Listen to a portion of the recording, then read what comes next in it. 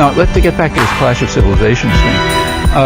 Huntington's, everybody is flailing around for some paradigm, some big thing that you can use to control people. And Huntington's idea was Clash of Civilizations. So, there's Islam and us and all these other things. And the reason why the world is so disorderly is because you've got now with the Cold War going, you've got all these ethnic groups killing each other and so on. Well, as usual, it's always a good idea to start by asking about the facts. Whenever you hear anything said very confidently, the first thing that should come to mind is, wait a minute, is that true? So is it true? I mean, is it true that there's more ethnic conflict now than there was 20 years ago? Well, take a look.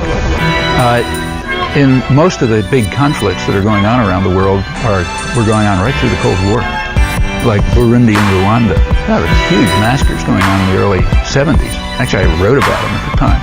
Nobody was talking about them because it wasn't interesting, but they were there.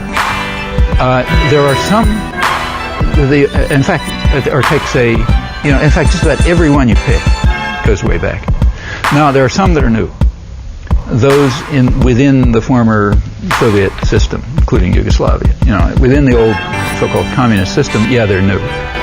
So like the war in Chechnya, or, Azerbaijan, Armenia, Tajikistan, these things are all new.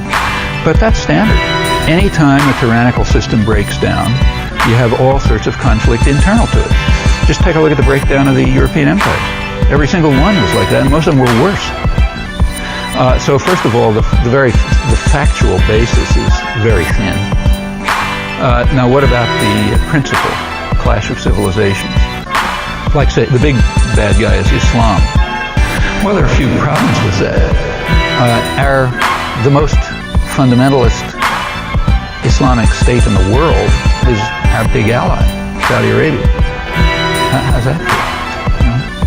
I mean, Saudi Arabia is a real... it's not fundamentalist enough for some of the people in it, but it's pretty extreme.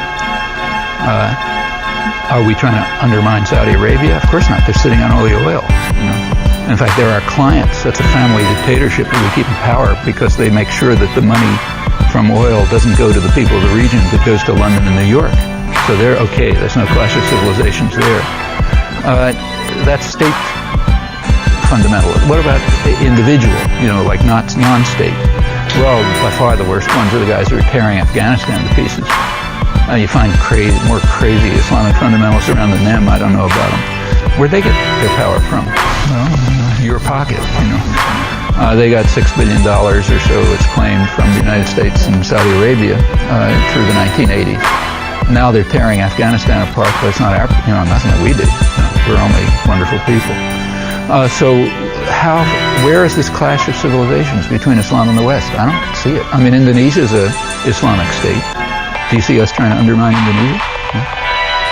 I mean, a lot of rotten things in Indonesia, like, for example, wages are about half the level of China, which is not so munificent. Do you see us doing anything about that? I mean, I think this is all farce.